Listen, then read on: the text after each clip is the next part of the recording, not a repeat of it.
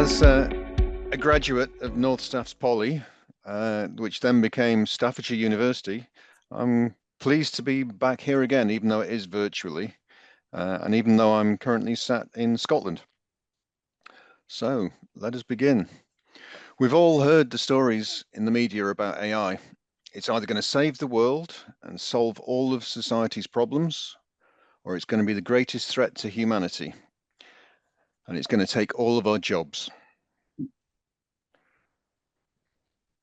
If you believe the hype, then AI will make us more productive, do all the boring jobs for us, do jobs we could never do, and even be our best friend. But if you believe the doomsayers, then AI will put us all out of work, turn us into couch potatoes, and then kill us off in a Terminator-style apocalypse. Well, I've got some good news and some bad news.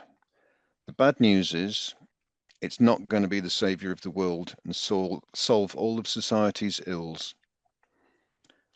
The good news is it's not going to destroy the world either, and that we're still going to need software testers to test the AI systems. There is going to be plenty of work for us to do. And one of the main drivers for that demand is legislation. Recently, the EU AI Act was ratified. The US have currently got multiple bills going through Congress. This note is slightly out of date. There's more than two at the moment. I think they've probably got 8 running through Congress. Recently, the G7 countries met in Hiroshima to harmonize the AI rules across the 7 countries. And then on top of that, we have the Australia-India Agreement, the Malaysia AI Regulation Act, Ukraine AI Regulation Act, not to mention that they're extensively using AI in their war against Russia, and the Russia-China Agreement. And there are so many more going on out there at the moment. Add to this the problem that regularly hits the news due to AI being over-enthusiastically released into the wild without being sufficiently tested. And that makes everyone more nervous. And we expect a higher level of safety and ethical behavior from AI than we do so from humans. If a self-driving car crashes just once, it's a problem. But humans do it quite frequently. One of my favorite disaster ones is Microsoft's chatbot Tay, which went from humans are super cool to full-on Nazi in 16 hours of exposure to Twitter users. Another is Canadair's chatbot that gave out non-existent flight advice and even personal advice to customers. Not to mention all the erroneous facial recognition court cases that are currently going on in the United States. There is going to be plenty of work for us to do. But before we start, let's just have a definition of what we mean by AI. This is what the House of Lords Select Committee on AI define it as. It's quite a broad definition, but it'll suffice for what we need, and it is what's currently been taken as the legal definition.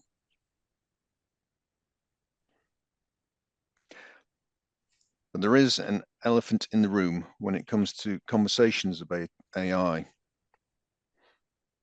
the moment, almost everyone is talking about generative AI.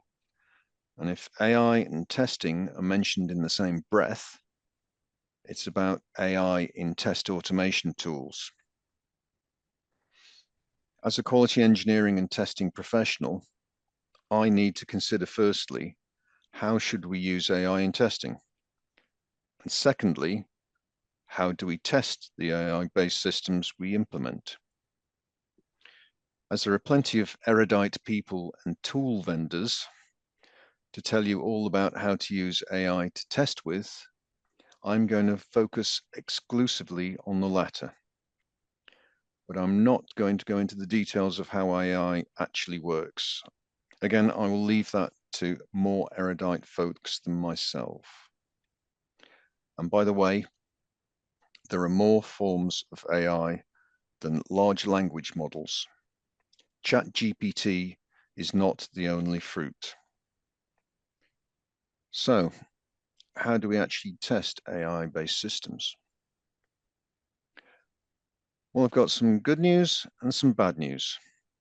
Good news is that in terms of the test levels, it looks pretty similar to what we all know and love as traditional test levels, with just a few new ones. The bad news is we're going to have to change the way we approach testing and learn some new skills. For me, that's good news because I'm a permanently curious learnaholic. But there are a whole bunch of challenges specific to AI systems, which means that we have to think in a slightly different way. It's very difficult to say for the output of an AI system with absolute certainty what is right and what is wrong. This is the oracle problem, not having an oracle to provide a definitive answer to compare it to. The system deals in probabilities and is non-deterministic, so we can't have expected results to put a tick against like we're used to.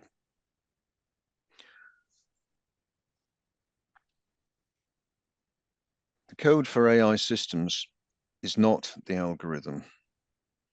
The data, both historic and current, is. And the whole point about AI is that it's really good at sifting through massive quantities of data and finding patterns.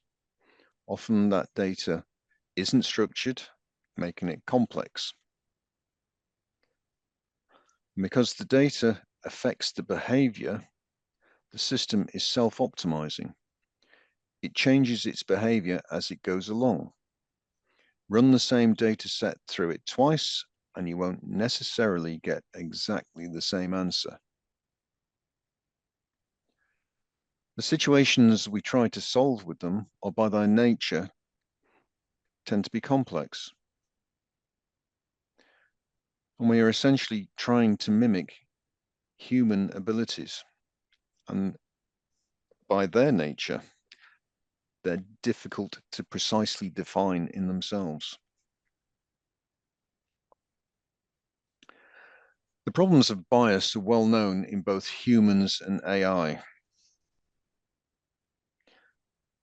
And lastly, how do we actually measure how much testing we have done and whether it's enough? The usual mapping of tests to requirements doesn't apply in quite the same way. And other traditional coverage metrics are equally inappropriate. These challenges make our skills as testers even more valuable. And as I said, the test levels don't look quite so different. So what do they look like?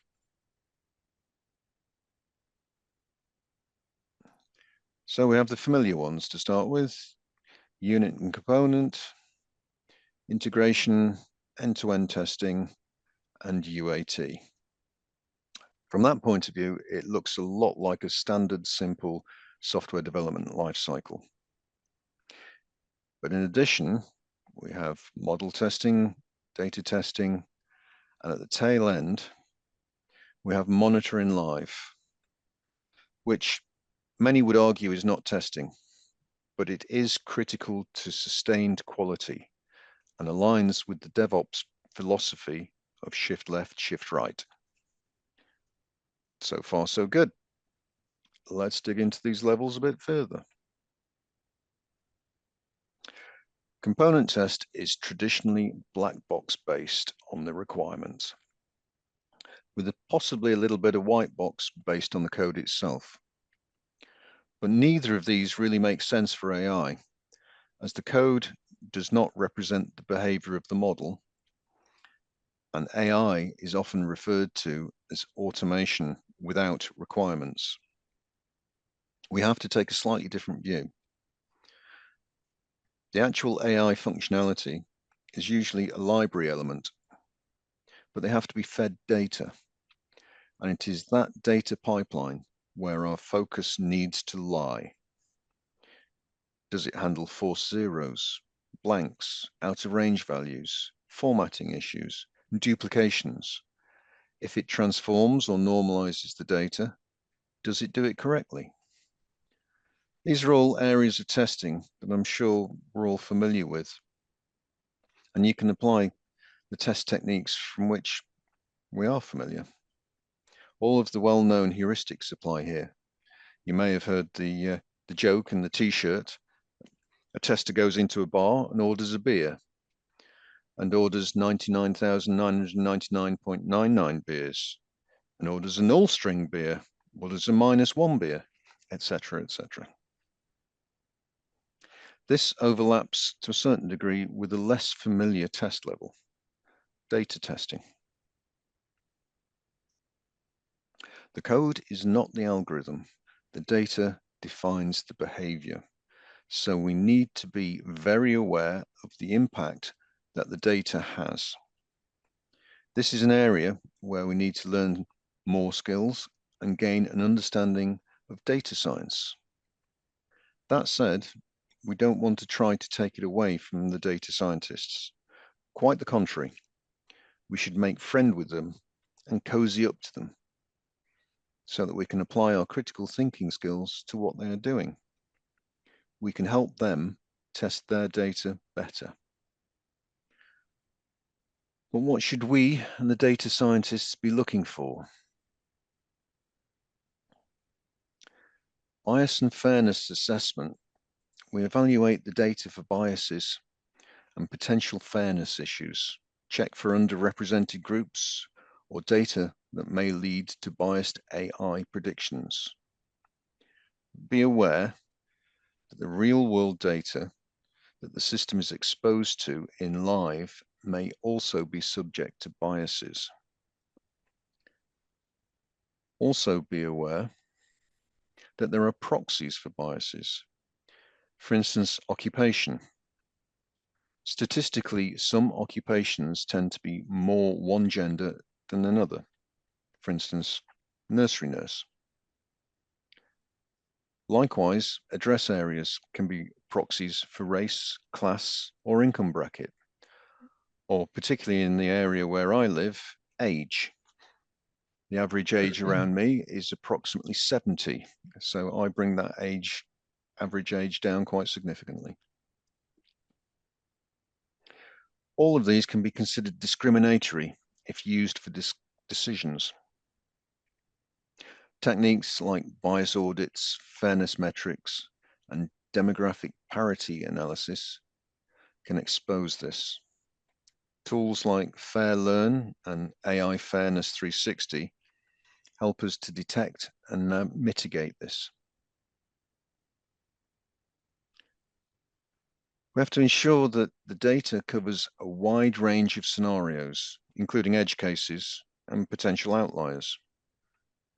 This diversity helps the AI system generalize better to real-world situations. A simple statistical analysis of the distribution of the data should indicate some issues, especially when compared to real-life data.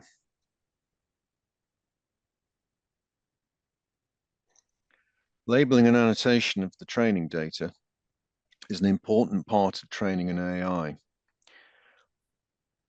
We need to check annotation data has the correct classifications or values, ensuring consistency in labeling.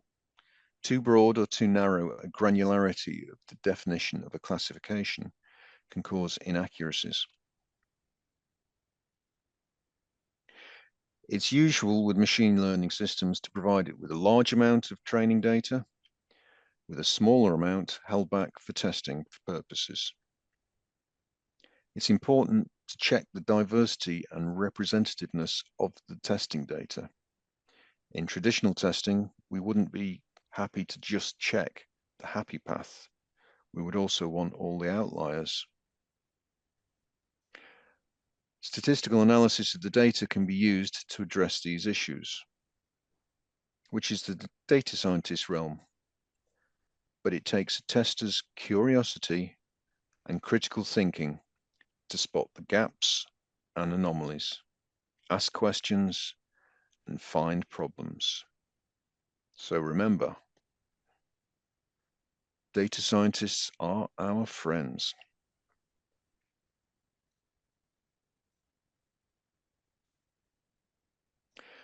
The integration level is familiar, but it does have a slight complexity. AI systems are essentially probabilistic, meaning that they output a confidence factor, a probability of an answer being a specific category.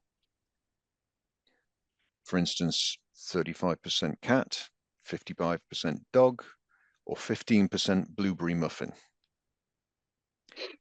If you chain together multiple AI systems, you are multiplying the error factors, so making it harder to predict correctly and harder to determine what might go wrong. Not an insurmountable complexity, but again, it's where a tester's curiosity and questioning comes in useful. Systems thinking is also essential. An example of this chaining is facial recognition. First, it has to decide whether it's a face or not before working out whose face it is. And as you can see from the picture, it's not always straightforward at identifying faces. Model testing is a new level, but shouldn't be too unfamiliar to anyone used to thinking about testing in terms of modeling. But it's not necessarily easy. In this phase, the primary focus is on evaluating the AI model's performance, behavior, and predictive capabilities in isolation from the surrounding IT. The way to do this is statistical analysis on the processing of large quantities of data. As I said, with machine learning systems, you would have a huge data set that would be split into something around 80-20 training test. There are tools to help with the validating of models. Plenty of the tools are on the Hugging Face website. TensorFlow also has tooling available, and there are other open libraries such as PyTorch and SciPy that can provide data analysis functionality.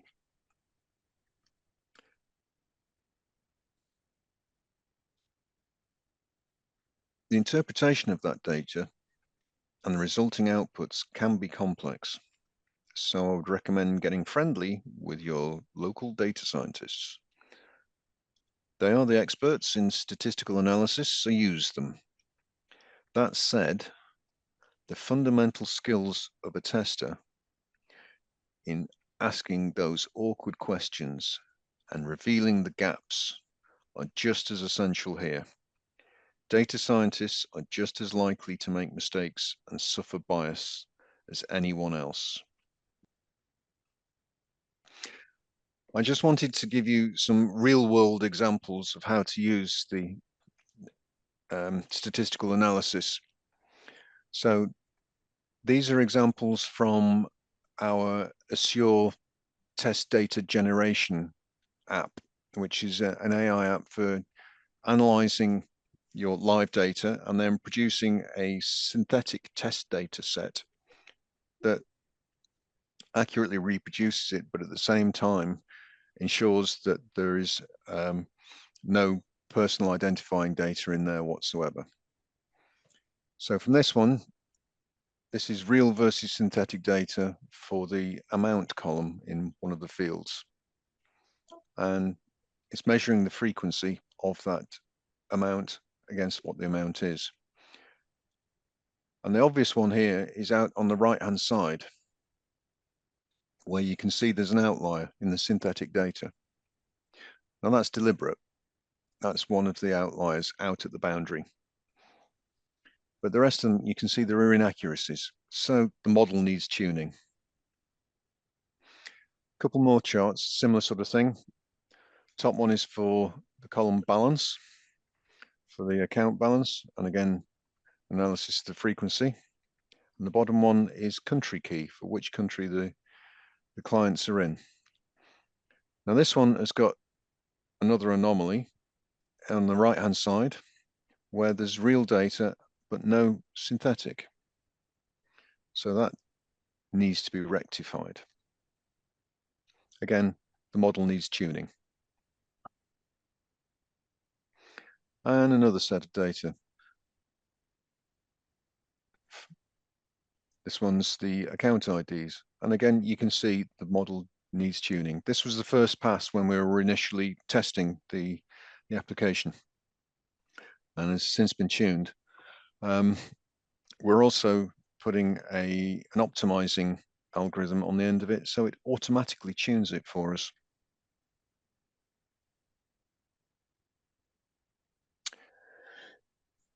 Again, end-to-end, very familiar test level, but beware of that complexity of probabilities.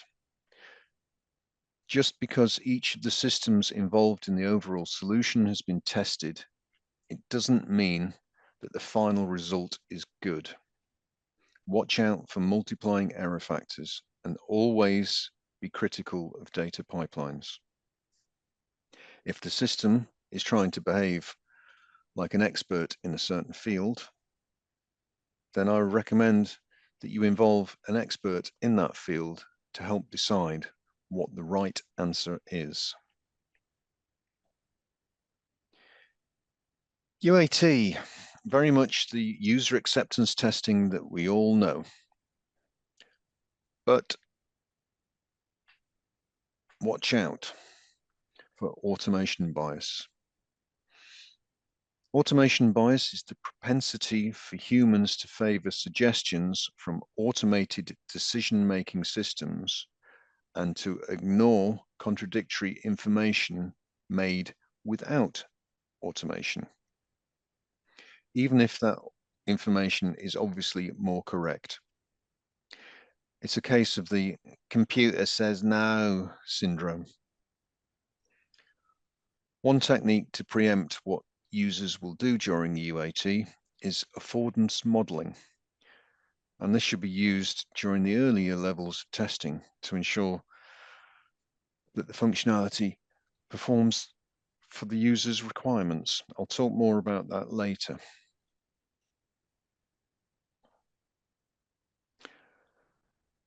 Although monitoring in live isn't what a lot of people would consider to be a test level, it is critical to sustaining the quality of system performance. Bear in mind that the performance of an AI system isn't necessarily how fast it does stuff. More importantly, it is how accurate it is. If the accuracy of a cancer detection system decreases, that could have catastrophic consequences for what the individuals involved. When a system's performance metrics decrease, it is down to drift, context, concept, or model drift, and data drift. Concept drift is when the task that the model was designed to perform changes over time. For example, imagine that a machine learning model was trained to detect spam emails based on the content of the email. The spammers, over time, change their approaches, and so the model may become inaccurate. Data drift is when the distribution of the input data changes over time. An example was a large high street bank that was using AI to advise decisions on loan applications. When COVID struck, the income characteristics changed, mainly due to the furlough schemes. So the system had to be retrained. There are tools and techniques for detecting drift, such as IBM's detail. So again, it comes down to data scientists, but we still need to be asking those awkward questions to avoid any complacency. Just because it looks like it's working now doesn't mean that it will continue to do so. Observability in the non-AI parts of the system and explainability in the AI parts are crucial factors to be designed into the system for working out what happened if and when it goes wrong. I'll talk about explainability a little later. And then there's the other stuff, such as accessibility, usability, and security. They're pretty much as you would expect, but security is an interesting one. Since the data defines the behavior, a malevolent actor could change the behavior by manipulating the data. A case in point was Microsoft's chatbot Tay. The users in that case were the Twitter users, and the inputs from the Twitter users changed the behavior of the chatbot significantly. There is an approach called adversarial testing, where you try to do this deliberately to see how the system copes. I'll mention more later. And of course, performance. But remember, performance metrics aren't restricted to speed or volume. Accuracy measures how well your AI model performs on new data, and precision indicates the relevance of the results to your target or problem. And then recall shows how comprehensive the results are. And then the F1 score is a measure of the balance between precision and recall. There's a whole load more metrics that can be measured, but they're the key ones.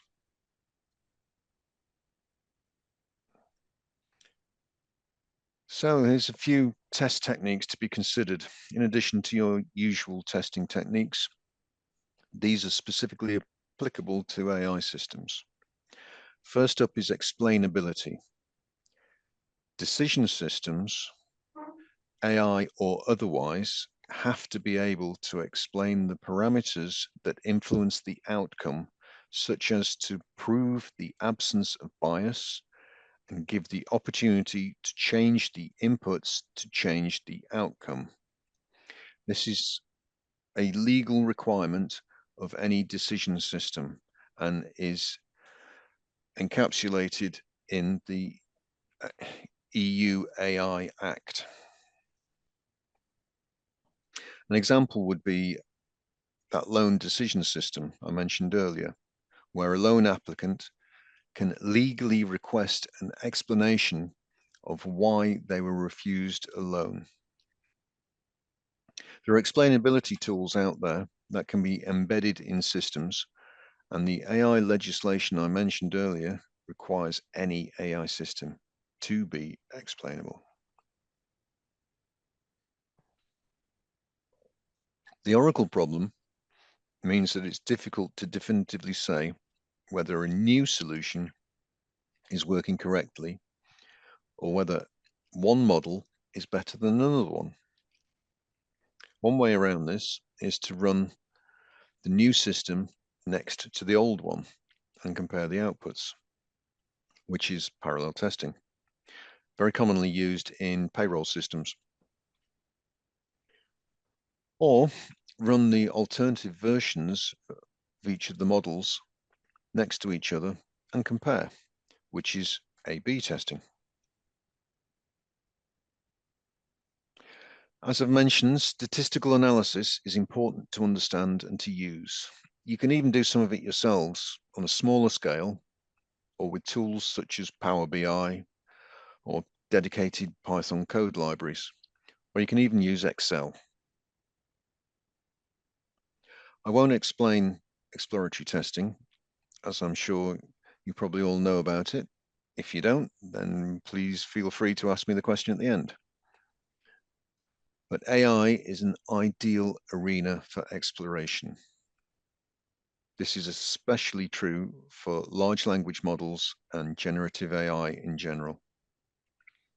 Fixed documented tests really don't make much sense with generative AI. But taking a theme in the form of an exploratory charter and then exploring it in every dimension you can possibly think of does. This is very much a case of needing a human in the loop to determine the quality of the responses. Gen AI's penchant for getting things wrong and hallucinating is quite widely discussed. So the veracity of the information provided by the system also needs to be checked. As for image generation AI, I think that only a human can judge the quality of the output. Another way around the oracle problem is to use a genuine human oracle, an expert.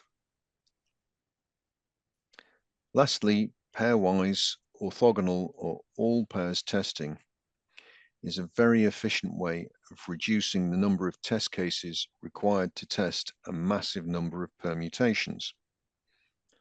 It's a mathematical approach, so there are free tools to help you do it, such as hexawise, and test cover, and all pairs.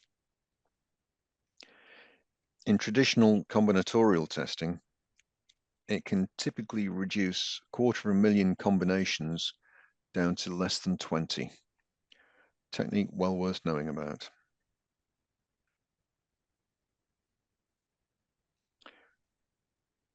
Metamorphic testing. This is a technique where perturbations are introduced into the input data and the change in the output data noted. It's useful because it sidesteps the oracle problem to a large degree, as you're only interested in the changes in the output, not necessarily the values themselves. It's also possible to automate metamorphic testing to a certain amount. Adversarial testing, as I mentioned earlier, this is providing inputs that try to break the system or trick it into providing incorrect answers or answers that its business rules were not supposed to allow it to reveal. Most commonly used as a form of security testing. Model backtesting. Well, a predictive model tested on historical data is known as backtesting. This method is widely used in the financial sector to estimate the performance of previous models, particularly in trading, investment, fraud, and credit risk evaluations. Essentially, they take a whole load of historic data to test the model with and run it through the system. And if they get the similar sort of results to they got the first time round, then it's considered to be working. Sometimes this historical data was actually assessed by humans. And that's the technique that Google used for the AI on their search engine.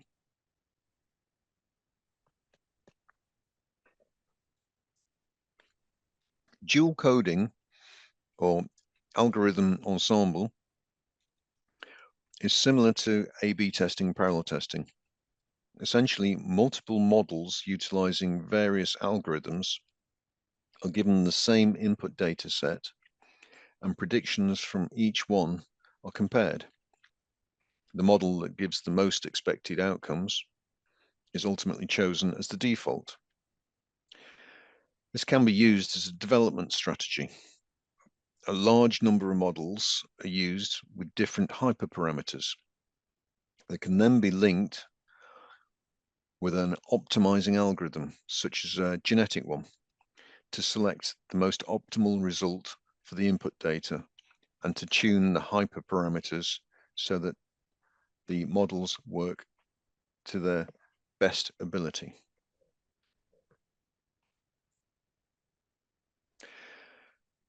Coverage data is data sets designed such that it results in the activation of each of the neural network's neurons or nodes.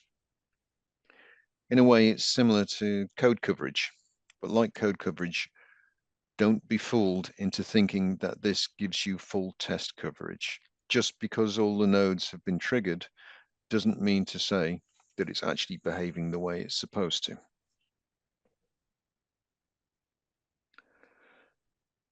Cross-validation uses different portions of the data to train and test a predictive model iteratively.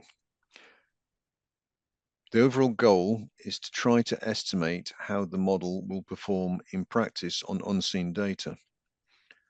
One of the most popular cross-validation techniques is k-fold cross-validation, which is quite a mouthful, where the data set is shuffled and split into k number of groups. The model is then trained with all of the groups except one, which is used to test. The results are kept, the model cleared down, and then it's retrained with a different test group kept separate. The process repeated until all groups have been used to test, and the outputs compared, and the model should perform similarly each time.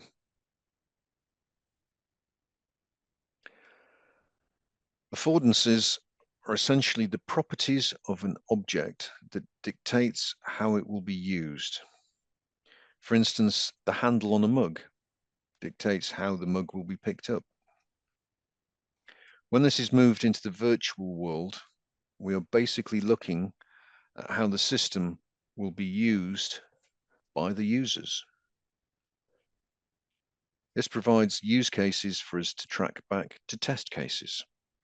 It tends to fall a little bit into UX UI, but well worth it and invaluable when it comes to UAT. It gives us a preview of what the users might be considering. However unpredictable users tend to be. So, to summarize, it's not big and it's not clever, but it does require a different way of thinking about these systems. So you need to at least learn the basics of AI and data science. You'll still be able to use all the old test techniques, but apply new understanding to them and the way that they're used, as well as all the new test techniques I've just mentioned. You still need to be curious, critical thinking, and system thinking, and above all, question asking. It's now more than ever crucial to effective testing. Use the newfound knowledge to ask the awkward questions.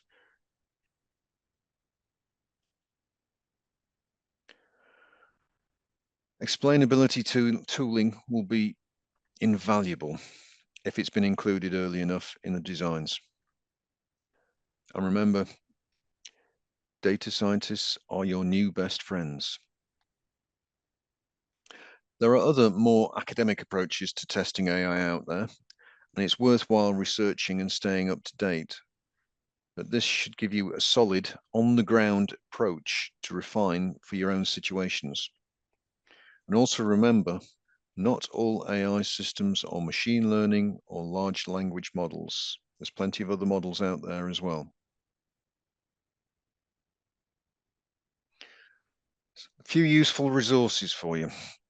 The Hugging Face website, it's a community website. It's got all sorts of really useful models on it. It's got useful tools, some of which people have actually written for themselves. Some are commercial. The pictures of the elephants in the elephant in the room that I used earlier on, I actually generated on the Hugging Face website. I particularly like the one of the little elephant climbing over the monitor without seemingly damaging it. Typical AI not actually understanding physics. I mentioned Fair Learn and AI fairness in the bias and fairness assessments. The What If tool. This is a free tool. It was developed by Google, well worth having a look at and using. It allows you to test your models with wide ranges of options that you wouldn't necessarily think of yourself. and detail is the IBM drift analysis tool for monitoring in live. As far as books and papers go, there are more coming out all the time, but initially there weren't that many. The top one is my favorite, the Artificial Intelligence and Software Testing from BCS. I was lucky enough to be able to review this just before it was published. But it is now one of my most thumbed books. It's absolutely invaluable when it comes to considering AI.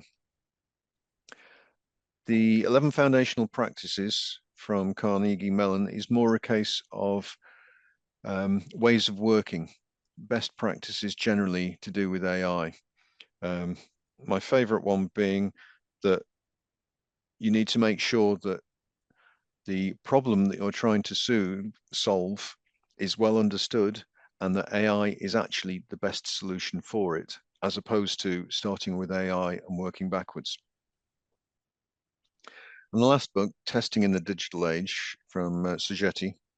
It's a good book, but it tends to be more generalized testing. It mentions AI in various places.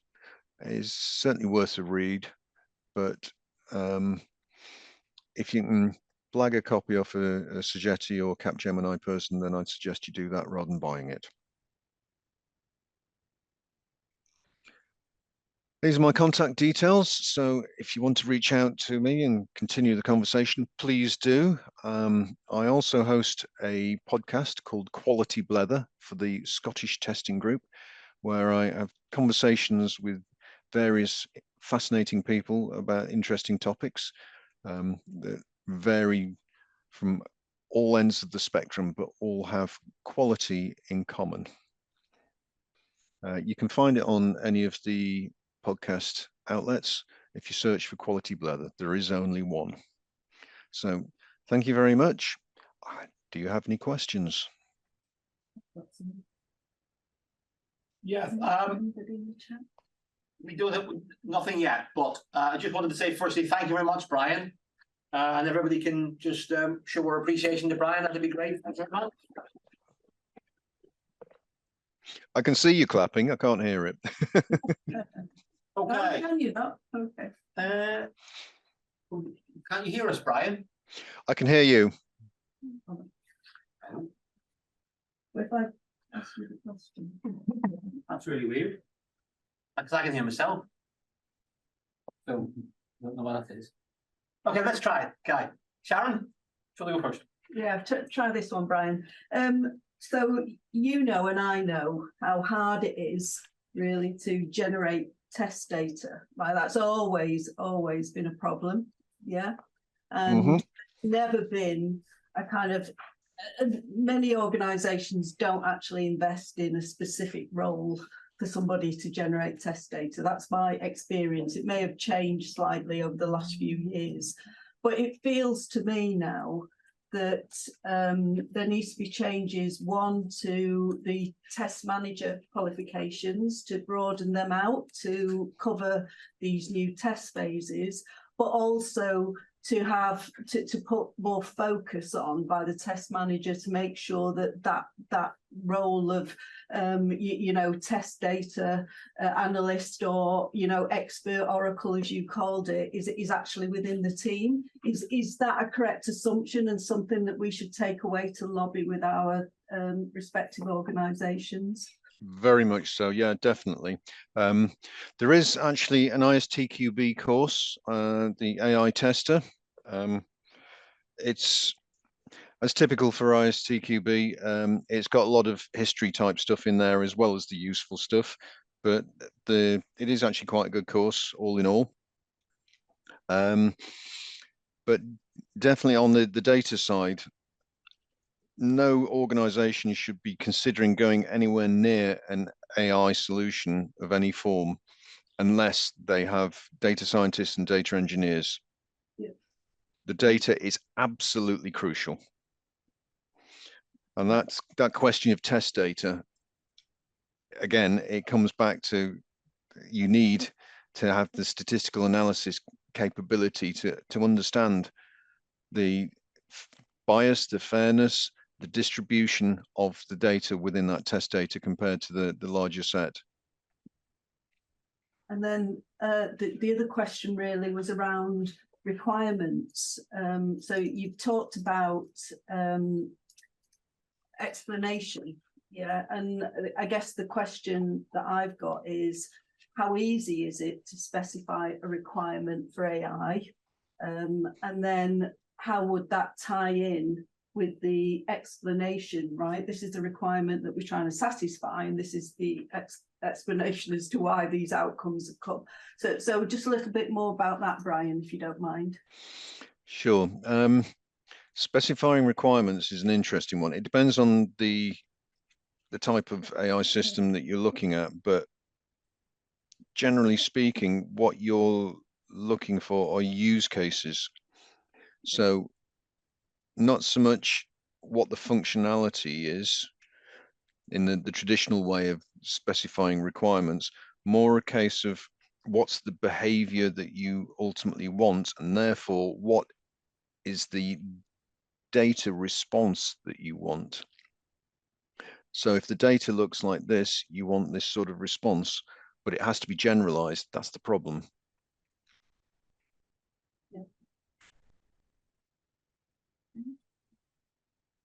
Charlie, I've got a question. Yes, go ahead. We haven't got nothing yet in the chat, I don't think I can see. So, Brian, obviously what you've described here is it focuses a lot on interactive sort of testing during the development phase, very much an agile approach, particularly around sort of the bias and fairness part of it, where you're getting involved at the model building stage with the developers to go through that.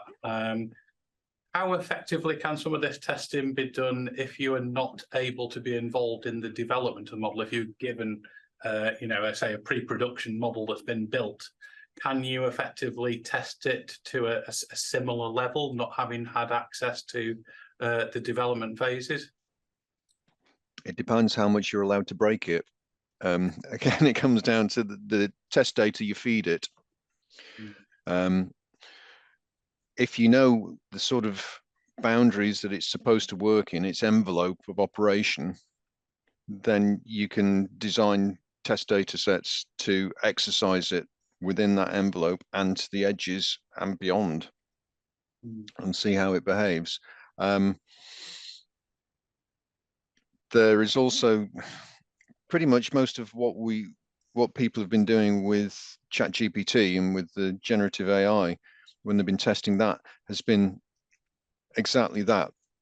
It's a finished product as far as ChatGPT are concerned, and people look for the edge cases. That's where the exploratory testing is absolutely invaluable. You start off with a theme, and then you twist every single parameter within that theme in every single way that you possibly can, and then validate the output. But it's very, very human heavy. You need that human in the loop. Great, thank you. Would you typically still do like your risk-based approach at the start of this? Is that even more important, Brian, because of the ethics involved? It is. The risk-based, what you're actually looking at is, most people think about it in terms of project risk, but the product risk is absolutely critical. So what's the risk if it does get something wrong?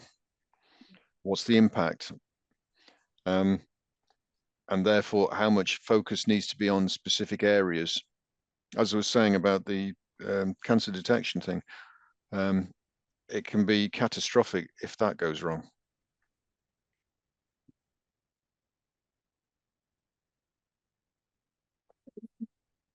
Any other questions then, guys? Nothing in the chat? Are you all stunned silence? Yes, sir. Yeah, quick question. Hi, Brian. There's loads of applications of AI, lots of different domains. So, autonomous cars, finance, finding drugs, discovering drugs, all that kind of thing. And I'm wondering, I imagine AI test tools are developing, so AI to test AI. Is there a market now that's growing for these specialist domains of test tools for these different applications of AI? There is, but for instance, the drugs development, it makes more sense for them to develop their own because it's not a broad market. So you have to look at each of the individual areas. Cars for another one. Would you actually trust an AI to test an autonomous car? I've seen an awful lot of data from the test runs from autonomous cars where the image recognition system has recognized a picture on the back of the bus as being a person and thought that the person at the side of the road was just a street lamp. So if the dedicated vision system can't detect that, what chance does an AI system that's checking its output have? Yeah, got you. So when it comes to testing, validating, verifying, you think humans are the key component. It's not systems to do the testing. Yeah, pretty much. I mean, for things like as I was saying about the component test, that can be automated to a certain degree because you're just testing a data pipeline. You're just making sure that the data in, data out is correct. But when it comes to quality of the output, it's far harder to quantify the quality to a point where you can say yes or no. And when it comes down to it, what an AI system is going to do is give you a probability. So if you've got an 80% threshold on your probability and it says that it's 79, is that good enough? Or has it failed at 79? And if it's 81 or 80 and it passes, is 80% good enough? Is it good enough for an autonomous car? You start getting into some very vague areas. Yeah, okay, thank you. Okay, thank you, Brian. Any other queries? Any other thoughts? Yes, Peter? Hi, Brian. Do you have any experience with digital twins and using those for testing? Mine's quite old, actually, believe it or not. But Boeing, when they originally built the 777, actually did the physical designs digitally. So they'd already built the aircraft in a model, and they had a little model maintenance person that they moved around it so that they could test access to everywhere. So the whole idea of building it and then finding out you can't reach certain parts of it had been avoided. So they actually formed a digital twin of the 777 aircraft before even building it. They did an awful lot of testing on that as well. It wasn't just for the maintenance. It was absolutely every aspect of it you could possibly imagine. Just to add to that, and just to give another example. So we've recently done a digital twin of a heritage site in Cornwall, and the digital twin, and it was based on what the new architecture would be. And it actually highlighted that there was like a 3-foot deficit in the height. So that meant all the accessibility was completely off. So the estimate was it avoided something like 250k of build post, so using those empirically. Yeah. I like that one. I'll save that one. Thank you. Good. I was going to ask, you talked about expected results is not really valid in this case, just expecting from testing point of view. Mm-hmm. How do you then justify the consistency in terms of your output, your testing to think, okay, I'm expecting something here, and it should be, if you're doing drugs, for an example, it needs to be consistent every time you measure, otherwise you might kill off the patient. That is a very good question. Basically, you have tolerances. So if the output's within tolerance, then it's considered to have passed. If it's outside the tolerance, it's considered to have failed. The question is when you get close to the boundaries of those tolerances. So there has to be a tolerance on the boundaries of the tolerances.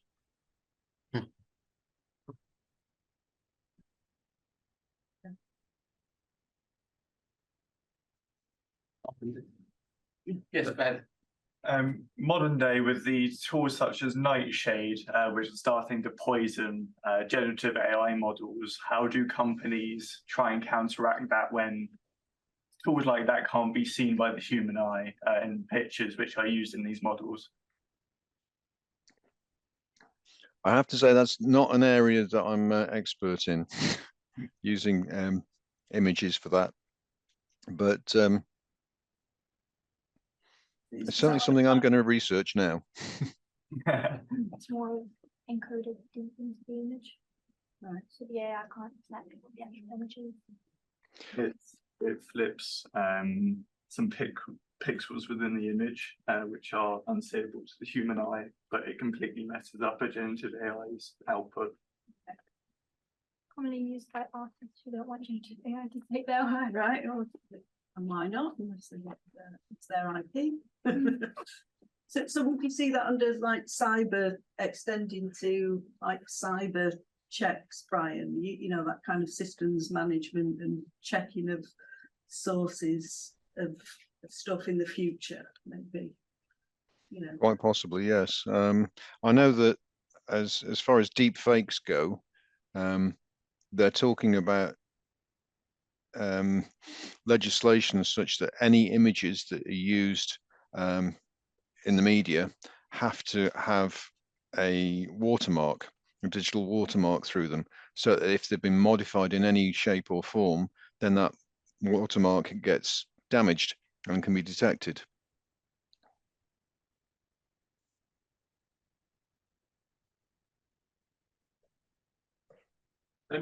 John? Yeah, I've got a question, Brian. Thanks for the very informative talk. Just really about data sets in the light of OpenAI's agreement with Reddit announced this week, really dealing with copyright and how data sets starting to think about copyright. Where's the data come from, and is it something that's in a sense authorized and approved? I just wondered what your thoughts were about the sort of trajectory on that. I think there's an awful lot of legal stuff going to go on at the moment. There's a lot going on in the States. New York Times are currently suing OpenAI. There were several other publications as well. And I saw recently that Slack have now decided that any of the data that you've entered on Slack, which is all your conversations and everything, is now theirs, and they can sell it and they can use it in AI. So I think there's going to be a lot of legal arguments pretty soon. Yeah, thanks, Brian. Yes, I suppose the same argument with GitHub, really. If you're not in the private part of GitHub, of course, you're giving the code away, really, and you're not really aware that, of course, it's being perhaps checked. It may be used, it may not be. Of course, it depends on the quality of the code. But it's something which, of course, is just part of that great big hoovering up that's going on. Mm-hmm. Yeah, that would be quite scary, really, wouldn't it? On that subject, you just reminded me, Hugging Face. I've been told that there have been some malevolent actors on there from time to time, so be careful what you pick up off it.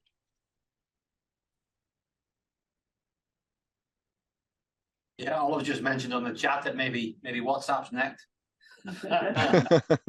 Wouldn't surprise me. So are developers getting more experienced in AI as well, Brian, based on your test outcomes? Are you still maturing? Their ability to create AIs is maturing. Their ability to create good, stable, well-tested AIs, I wouldn't like to comment. Yeah, I was kind of getting that picture. It might well be there. The thing is that the Takes time. Python's got so many libraries and so many elements for being able to do all this sort of stuff in. It's quite incredible. I must admit I fell down a rabbit hole when I started looking into how to use Python to create AI, and it is really so easy to do. So it is very easy to just create AI applications everywhere. The question is, how good are they? What's the quality? Suppose there, Brian, the question is how much can you then go back and look at the the source code of those libraries? The more levels of abstraction you have away from the original code, the more difficult it is then to justify the outcomes of the model, isn't it? Yeah. So Yeah. it's more about understanding what it is that creates the model rather than just taking copy and paste stuff off the internet and hope it works. Mm-hmm. There's always been script kiddies, haven't there? Yeah.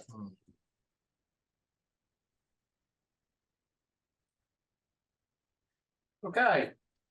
Anything else for Brian, or can come with that Brian go and enjoy his evening? Any sunshine where you are, Brian? He's in Scotland. There's no sunshine in Scotland. Oh, Scotland! It's not always shines in Scotland. Lovely it is. There's never any rain in Scotland. It is actually the best place to go on holiday if you get the weather. Yeah, I'm going in. Don't tell people. Don't tell people. We tell everybody that it rains and it's miserable all the time to keep the tourists away. Except for the midges or midges, depending on. Yeah, sorry, get it. Hi, just a small question. How would you ethically test a neural network model if there was any? Because neural networks are kind of a black box to us, and creating an ethical background of it is quite complex in my terms. So I was just curious if you had some knowledge about that. Similar sort of principles apply, to be honest, because as you're going to be training a neural network, you're going to be providing it with data, whether that's from its environment or whether it's a specific data set. You're still going to be going through the process of train and test. So you still have to, if you want to do it in an ethical way, you've got to make sure that whatever it's being provided with is what you want it to learn. It's like children. Be careful what you teach them. And likewise, that supply of data, that data pipeline, that is infinitely testable.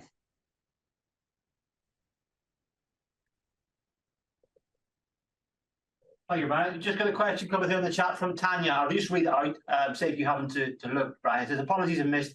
What are the challenges that you have in regards to accessibility?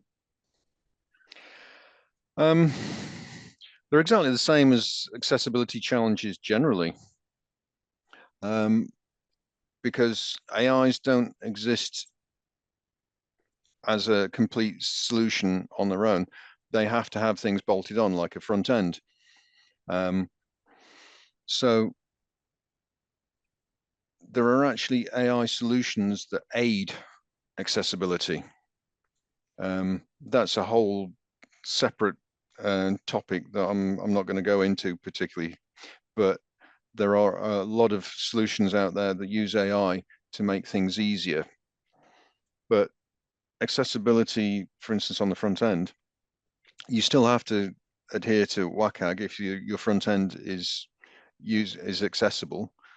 It still has to have the right contrast, the right color balances, the right size of text, all those sort of things.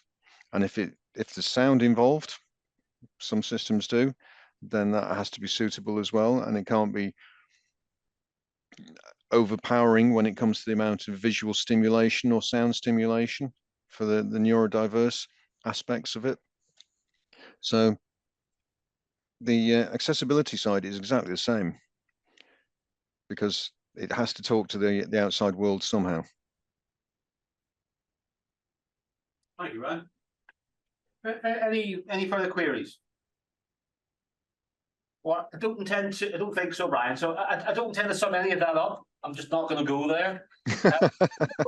Fortunately, Brian has agreed for the event to be recorded, and probably in a couple of weeks' time, the presentation will be available on the website. I don't know, Brian, if it's up to you if you want to provide the slides in PDF format or something. But certainly the recording will be. So I just wanted to say again, thank you so much for taking the time out on the Monday evening to support our event, and also a big shout out to Sharon here, Sharon Dempsey, our events coordinator, for a fantastically organised event. Having arranged events myself, I know it's a lot of hard work. So well done, and thank you very much for that. Thank you. Can we just have a round of applause for both Brian?